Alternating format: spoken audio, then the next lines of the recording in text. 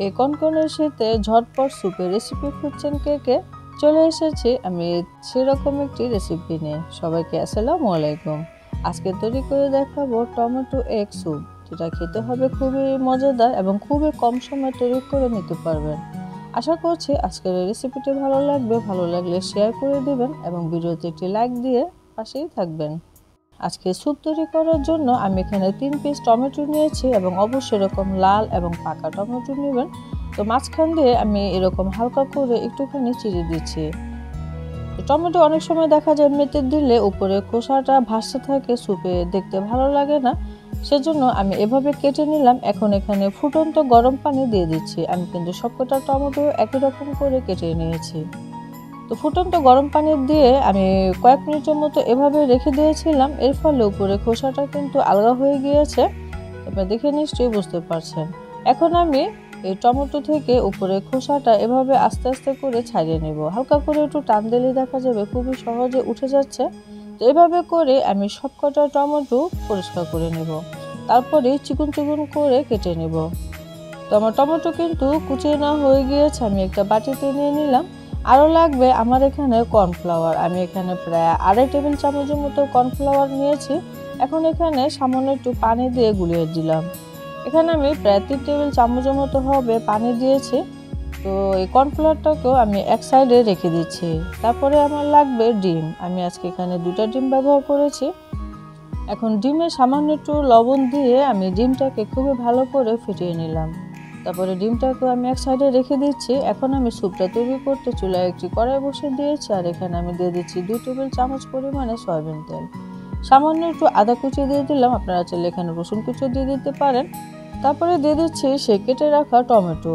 তারপরে এই চামচটা দিয়ে এভাবে একটু হালকা করে চেপে চেপে নেড়ে চেড়ে দিচ্ছি, যেন গ্রেভিটা খুবই সুন্দর হয়। তো 3 থেকে 4 মিনিটের মতো এভাবে করে ভুনে নিলাম, আর চুলা জালটা কিন্তু ছিল হাইতে। এখন আমি এখানে পানি দিয়ে দিলাম 3.5 কাপ। তো রান্না করতে করতে পানিটা এমনিতে কিছুটা শুকিয়ে 3 কাপে হয়ে আসবে। এখন আমি কিছুটা বলক আনিয়ে নিলাম, প্রায় 5 থেকে 6 মিনিটের মতো বলক আনিয়ে এখানে দিয়ে দিচ্ছি সে গুলিয়ে রাখা কর্নফ্লাওয়ার।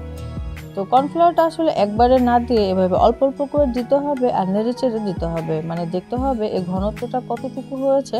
যদি মনে হয় হয়ে যাবে তাহলে তার দরকার নেই। আমি 2 চামচ দেওয়ার পরে আমার এই স্যুপের ঘনত্বটা এরকম এসেছে।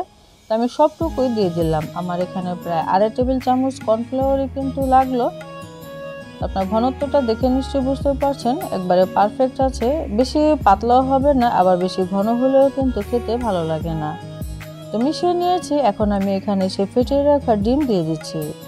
সে ফেটিয়ে রাখা ডিম কিন্তু আমি একবারে দিচ্ছি না, অল্প অল্প করে দিব, আর এভাবে আস্তে আস্তে করে নেড়ে চেড়ে দিতে হবে। তো সম্পূর্ণ ডিমটা কিন্তু আমি দিয়ে দিয়েছি, তারপর নেড়ে চেড়ে মিশিয়ে দিয়েছি। এখন আমি এখানে 1 টেবিল চামচ পরিমাণে সয়া সস দিয়ে দিচ্ছি। তারপরে দিয়ে দিচ্ছি 1 চা চামচ লবণ। স্বাদ অনুযায়ী লবণটা দিয়ে দিতে হবে। আমি এখানে 1 টেবিল চামচ পরিমাণে কাঁচামরিচ কুচি দিয়ে দিলাম। তো কাঁচামরিচটাও নিজেদের স্বাদ অনুযায়ী বাড়িয়ে বা কমিয়ে দিয়ে দিতে পারেন। এখন নেড়ে চেড়ে মিশিয়ে দিচ্ছি। এখন আমি এখানে পেঁয়াজকলি ব্যবহার করব। ছোট ছোট করে কেটে নিয়েছি, আর এখানে 1 থেকে 1.5 টেবিল চামচের মতো হবে পেঁয়াজকলি দিয়ে দিলাম। তারপরে এভাবে নেড়ে চেড়ে আরও কয়েক মিনিট রান্না করে নিতে হবে।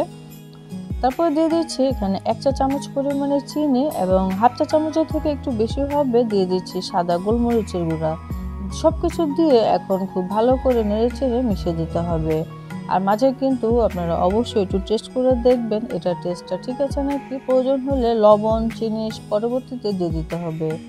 এখানে আমি আরও একটা জিনিস দিচ্ছি, সেটি হচ্ছে সামান্য একটু টেস্টি সল্ট।